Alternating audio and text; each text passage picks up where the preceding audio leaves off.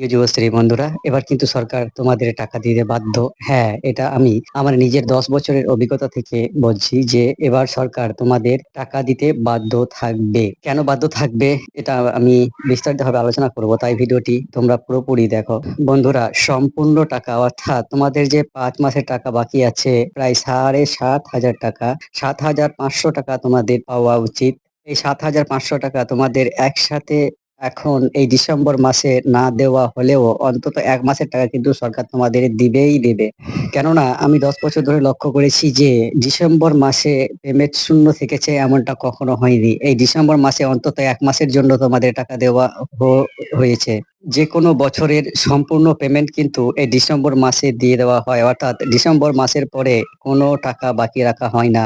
কয়েকবার বাকি রাখা হয়েছিল কিন্তু সেটা ছিল মাত্র 1 মাসের টাকা, আর এবার তো তোমাদের প্রায় 5 মাসের টাকা বাকি আছে। তাই বন্ধুরা, আমার দীর্ঘদিনের অভিজ্ঞতা থেকে যেটা আমার মনে হচ্ছে সেটা হচ্ছে যে তোমাদের 1 মাসের টাকা কিন্তু খুব তাড়াতাড়ি খুব দ্রুত দেওয়া হবে। আমি এই ভিডিওটি যখন রেকর্ড করছি আমার ঘড়িতে সময় হচ্ছে সকাল 8টা, আর আজকে তারিখ হচ্ছে 23শে ডিসেম্বর, সোমবার। অর্থাৎ আজকে কিন্তু কর্মদিবস শুরু হচ্ছে রাজ্য সরকারি দপ্তরগুলিতে। আমি কিন্তু আবারও গত শুক্রবারের দিন এমপ্লয়মেন্ট ব্যাংকে গিয়ে যোগাযোগ করেছিলাম বন্ধুরা। তারাও নির্দিষ্ট দিনক্ষণ না বলতে পারলেও আমাকে কিন্তু তারা যেটা বলেছে সেটা হচ্ছে যে লাস্ট উইকে, অর্থাৎ ডিসেম্বরের লাস্ট উইকে টাকা দেওয়া হয়নি এমনটা কখনো হয়নি। আর এবার তো ডিসেম্বর মাসটা পুরোই পেমেন্ট শূন্য আছে। শুধু ডিসেম্বর মাসটা বললে ভুল হবে, গত 5 মাস ধরে তোমাদের 1 মাসেরও পেমেন্ট দেওয়া হয়নি। আজকে 23শে ডিসেম্বর, মন্ডে অর্থাৎ সোমবার।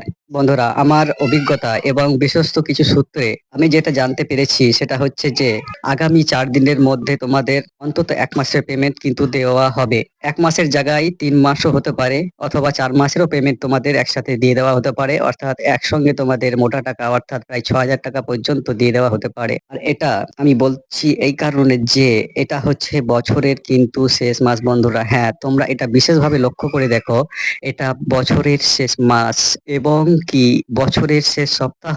হ্যাঁ বন্ধুরা, এই বছরের শুধু এই ডিসেম্বর মাসের নয়, এটা হচ্ছে এই বছরের 2024 সালের শেষ সপ্তাহ। এই সপ্তাহ পরেই 2025 সাল পড়ে যাবে, আর এই বছর শেষ হয়ে যাবে অথচ তোমাদের 5 মাসের টাকা সম্পূর্ণ বাকি রেখে দিবে, এমনটা কিন্তু সরকার করবে না। আর যদি সেটা করে তাহলে সেটা চরম পরিমাণে অমানবিকতার, অনিয়মের পরিচয় হয়ে উঠবে।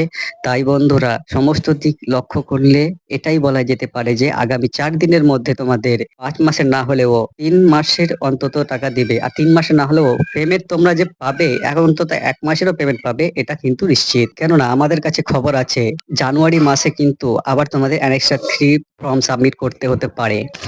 আমার পরিচিত কিছু সরকারি কর্মী আছে, আমি তাদের সাথে কিছু আলোচনা করেছিলাম। এই পেমেন্ট দিতে এত লেট হওয়ার কারণ কি তাদের জিজ্ঞেস করলে তারা কিন্তু আমাকে এই ইনফরমেশনটা দিয়েছে যে পেমেন্ট দিতে লেট হওয়ার প্রধান কারণ হচ্ছে এই নভেম্বর ডিসেম্বর মাসে সরকারের কোষাগার থেকে অনেকটা মোটা পরিমাণের টাকা কিন্তু খালি হয়ে গেছে, বিশেষ করে মোবাইলের ট্যাব দিতে গিয়ে। আর সবচাইতে বড় পরিমাণে টাকা খরচা হয়েছে সেটা হচ্ছে আবাস যোজনার টাকা দিতে গিয়ে। হ্যাঁ, এই গত 3 দিন ধরে কিন্তু সকলের অ্যাকাউন্টে, অর্থাৎ যারা আবাস যোজনার টাকা পান তাদের প্রত্যেকের অ্যাকাউন্টে কিন্তু আবাস যোজনার টাকা ক্রেডিট করা হচ্ছে। আর সেটা কিন্তু আমাদের এই যুবশ্রীদের মতো 1500 টাকা নয়, সেটা প্রত্যেকের অ্যাকাউন্টে 60,000 টাকা করে ক্রেডিট করা হচ্ছে। আর আমরা যুবকরা যেহেতু নিশ্চুপ, স্তব্ধ, প্রতিবাদ শূন্য, তাই আমাদের দিকটাকে সরকার অত বিশেষভাবে খেয়াল করছে না।